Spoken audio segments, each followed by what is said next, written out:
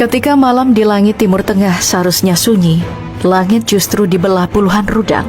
Radar-radar pertahanan berdengung dan dunia kembali menahan nafas.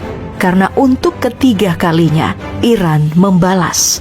Operasi ini mereka sebut True Promise 3, sebuah janji yang tak pernah padam, sebuah dendam yang disusun dengan penuh kalkulasi, dan sebuah pesan bahwa perang ini belum selesai. Tapi jangan buru-buru menilai, karena di balik setiap peluncuran ada kode.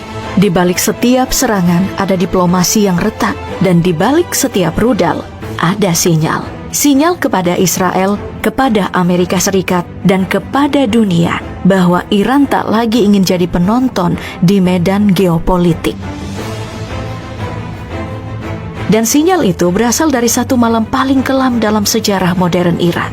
14 Mei 2025, Operasi Rising Lion dimulai. Tapi jangan tertipu oleh namanya, karena yang terbang di langit Iran bukan harapan, melainkan 200 jet tempur dan drone Israel dengan satu misi, melumpuhkan jantung pertahanan nuklir Iran.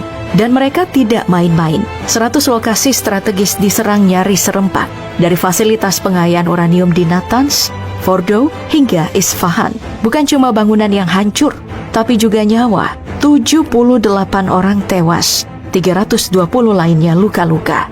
Dan di antara mereka bukan orang-orang biasa. Kepala Korps Garda Revolusi Iran, Komandan Angkatan Udara Elit, mantan Kepala Keamanan Nasional, semua gugur dalam satu malam.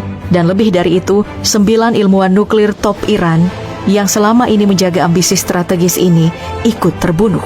Bagi Iran ini bukan sekadar serangan, ini penghinaan. Ini luka yang membelah harga diri bangsa, dan luka ini butuh dibalas. Inilah titik baliknya. Saat rudal dibalas rudal dan janji dibayar dengan darah. Tapi sebelum Iran membalas, dunia bertanya, apakah Israel ini masih mematuhi aturan perang? Operasi Rising Lion bukan cuma serangan dadakan. Ini juga pelanggaran terang-terangan terhadap hukum internasional. Israel menghantam lebih dari 100 lokasi, termasuk zona padat penduduk, dan yang paling fatal, fasilitas nuklir sipil Iran yang diawasi langsung oleh Badan Tenaga Atom Internasional (IAEA). Iran memang dibenci, tapi mereka masih anggota sah perjanjian non-proliferasi, sebuah perjanjian untuk tidak mengembangkan senjata nuklir yang justru dulu ditolak mentah-mentah Israel. Dan penyerangan ini tanpa peringatan, tanpa otoritas PBB, melanggar konvensi Jenewa dan menciderai sistem internasional. Dan ketika hukum tak lagi dihormati,